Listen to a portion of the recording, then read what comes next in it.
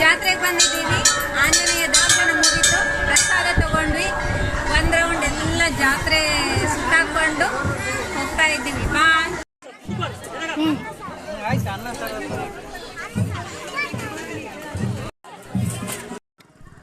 ಆಂಜನೇಯ ದರ್ಶನ ಮುಗಿಸ್ಕೊಂಡು ಜಾತ್ರೆ ಎಲ್ಲ ಒಂದು ಸುತ್ತಾಕಿ ಬಂದಿದ್ದೀನಿ.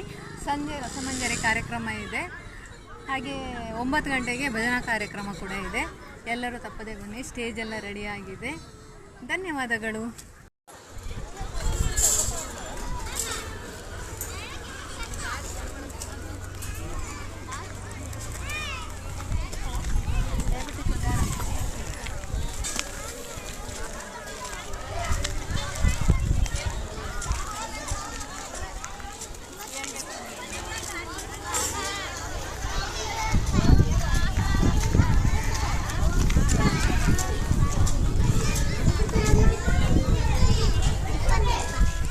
ಇದೆಷ್ಟು ಪುಟ್ಟ?